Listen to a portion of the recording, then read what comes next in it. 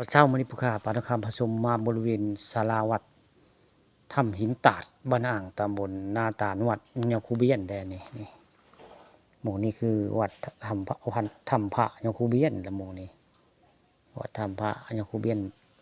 ผู้สร้างผู้แปลงก็ยาคูเบียนได้สร้างศาลาอยู่หน้าผาได้นี่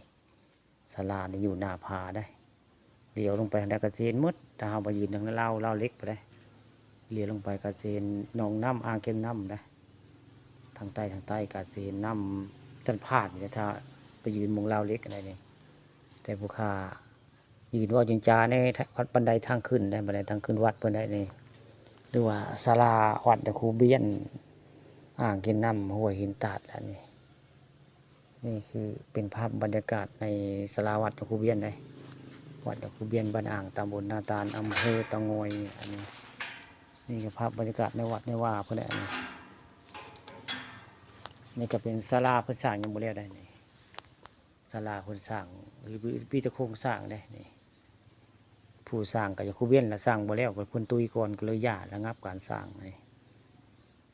เพิ่นละมีคนมีบุญเพิ่นละมีศรัทธาจังสิสร้างได้ไว้ง่ายอันศาลาหลังทั้งเทิงได้นี่ก็คือภาพบรรยากาศบริเวณวัดวาอารามของวัดยาคูเบียนบ้านนาอ่างตำบลนาตาดอำเภอตะงอยวัดถ้ำพระหินตาดละมองนี่วัดพานทำพระหินตาดได้นี่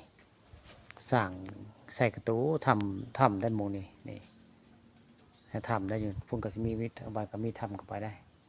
นี่คือทำพระวัดยาคูเบียนบ้านนาอ่างตำบลนาตาลละนี่ข้าปันคำประชุมได้ภาพบรรยากาศวัดวาอารามเพิ่นมาให้เบิ่งมาให้ชมได้อันนี้คือวัดยาคูเบียนและพี่น้องไผ่ประจักษ์อะผู้ค้าปาทองคำผสมกับภาพบรรยากาศมาให้เบิ่งได้นี่ละวัดยาคูเบียนนี่คือทางขึ้นบันไดวัดเพิ่นได้นี่ทางขึ้นบันไดวัดยาคูเบียนแหละนี่วัดยาคูเบียนอยู่อ่างเก็บน้ำหัวหินตาดได้นี่ศาลาเพิ่นก็สร้างใส่หน้าผาได้นี่ใส่หน้าผาพอดีได้ศาลายาคูเบียนอันนี้แต่เดี๋ยวนี้เหลือแต่ตำนานนะเพราะว่าเพิ่นตุยไปนานแล้วยาคูเบียนนี่คือภาพบรรยากาศในวัดหินตาดบ้านอ่างตำบลนาตาลละนี่ผู้ค้าปาทองคำผสมเอาภาพบรรยากาศวัดยาคูเบียนมาให้เบิ่งมาชมได้บ่นี้ภารกิจมาหาหน่อไม้ชนกกับซิเมื่อแล้วแต่เฮือนไปหาหน่อไม้ได้ผู้ค้าแล้วถ่ายในวัดอันนี้ว่าหมองนี่มันสิมีหน่อไม้ไล่ออกดีได้ในวัดอันอ่างเก็บน้ำหัวหินตาด